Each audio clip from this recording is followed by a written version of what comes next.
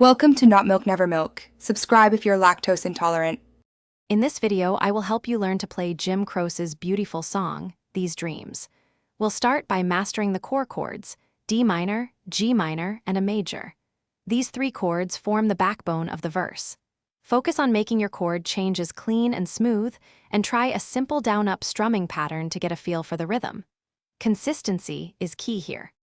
For the verses, you'll mostly be cycling through D minor, G minor, and a major. When you reach the chorus, the song shifts to D major, F sharp minor, G major, and E minor, often followed by a 7. Pay close attention to the feel of the song as you switch between these sections. Keep your strumming light and expressive, letting the chords ring out clearly.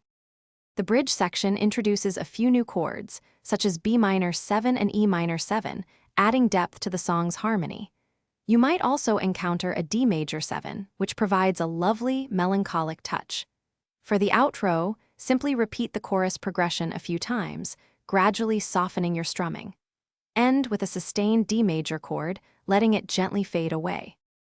To truly master these dreams, consistent practice is essential.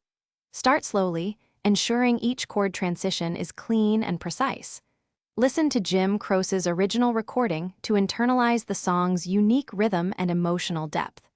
Once comfortable, you might explore adding a simple fingerpicking pattern, especially for the intro, to capture that authentic folk sound. Enjoy the journey of learning this classic. Thanks for watching. If this was helpful, leave a like and consider subscribing. See you next time.